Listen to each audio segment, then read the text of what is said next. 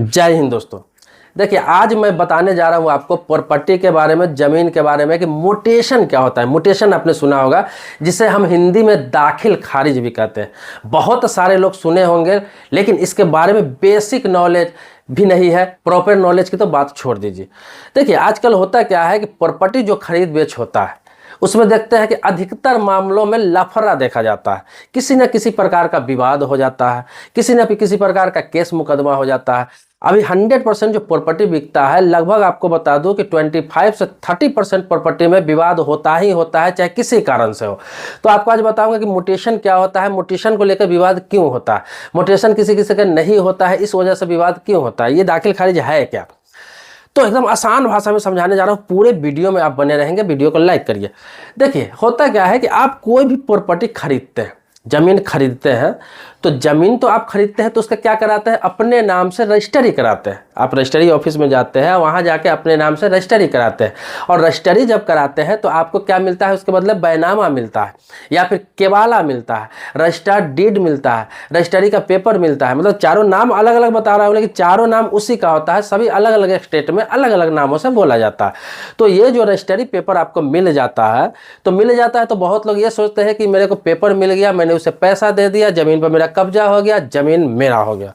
मैं आपको बता दूं कि सिर्फ जमीन रजिस्ट्री करा लेने से, रजिस्ट्री ऑफिस में जाकर रजिस्ट्रार के पास, और सिर्फ उसका फिंगर लग जाता है, आइज लग जाता है, और सिग्नेचर हो जाता है, विटनेस हो जाता है, गवाही हो जाता है, आपको केवाला मिल जाता है, पेपर मिल जाता है, और आप सोचते हैं कि बहुत प्रक्रिया हो गया, जमीन तो मेरा हो गया। लेकिन वो जमीन आपका होता नहीं।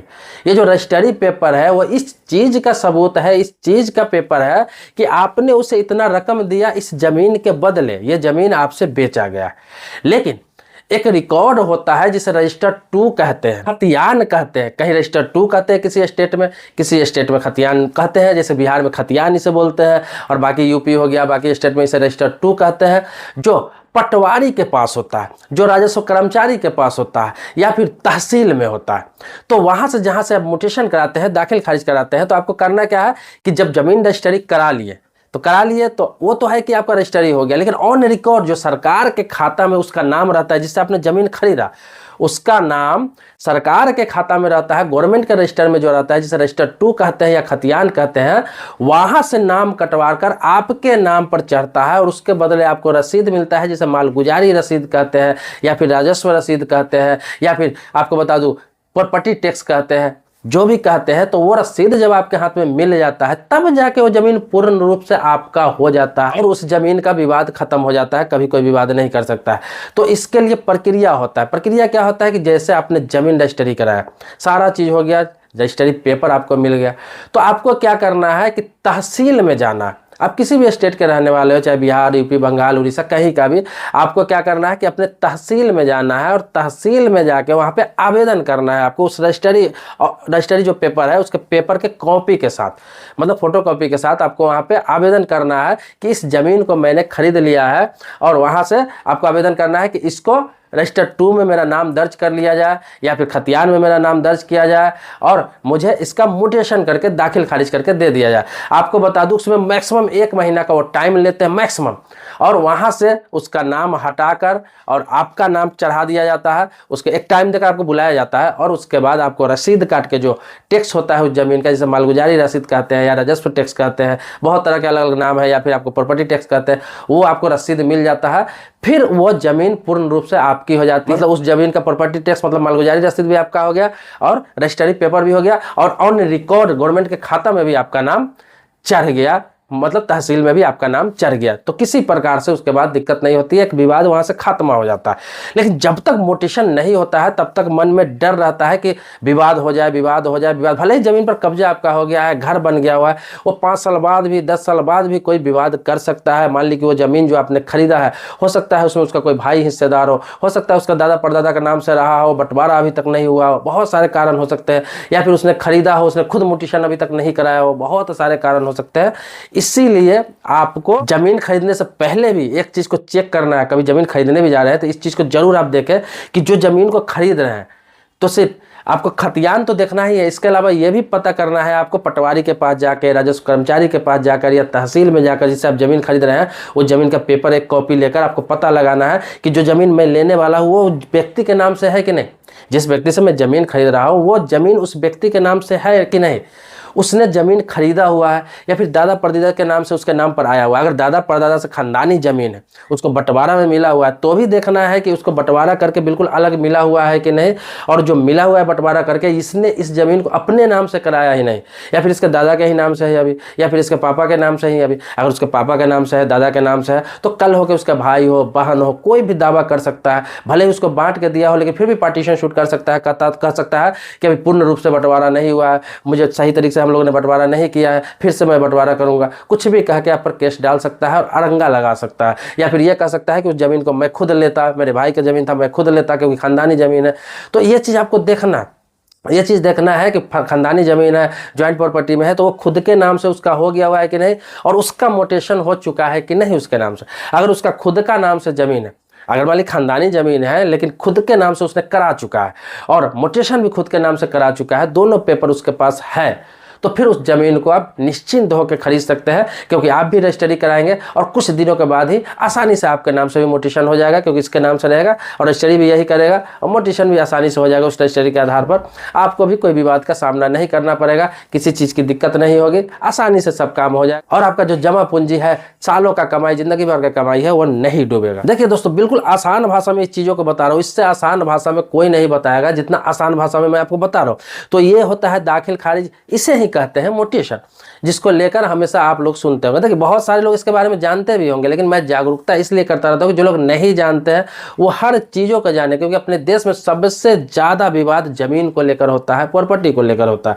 तो अगर इस चीज़ को आप जानते रहेंगे तो आपका पैसा नहीं डूबेगा। आप जमीन खरीदने जा रहे हैं, प्रॉपर्टी खरीदने जा रहा है, फ्लैट खरीदने जा रहे हैं, कुछ भी खरीदने जा रहा है, तो आपका पैसा नहीं डूबेगा, आपको विवाद में नहीं। अब देखिए, जमीन आप खरीदने जाते हैं, प्रॉपर्टी खरीदने जाते हैं, एक तो जीवन भर का जमा पूंजी कमाई मोटा रकम देकर जमीन खरीदते हैं, उसके बाद अगर खुदा न करे, ईश्वर न करे, भगवान न करे, कोई ऐसा निकल जाता है, उसमें विवाद हो जाता है, फिर आप कोर्ट कचहरी का चक्कर लगाओ, 8 साल 10 साल 20 साल लड़ाई लड़ो, खुद का पैसा भी दिए, जमीन भी खरीदे, उसके बाद कोर्ट कचहरी का चक्कर भी लगा रहे खुद जमीन हासिल करने के लिए। क्या फ़ायदा ऐसा जमीन देखिए, आपको जानकारी होना चाहिए जमीन के बारे में, प्रॉपर्टी के बारे में नॉलेज होना चाहिए, ताकि आप सही जगह पे पैसा लगाए, सही जमीन आपका कब्जा हो जाए, कोई दिक्कत ना हो, आप सुकून से अपनी लाइफ को जी सके, अपनी ज़िंदगी को जी सके। आजकल देखते होंगे हर शहर में, छोटे छोटे शहर हो चाहे बड़े शहर हो, चाहे अभी गाँव मोहल्ला में लोग प्लॉटिंग करके ज़मीन बेचते हैं, कॉलोनी काट के ज़मीन बेचते हैं। लोग रोड साइड ज़मीन ले लेते हैं, बड़ा बड़ा खेती का ज़मीन, उसको कॉलोनी काट के प्लॉटिंग करके छोटे छोटे टुकड़ों में बना के बेचते रहते हैं।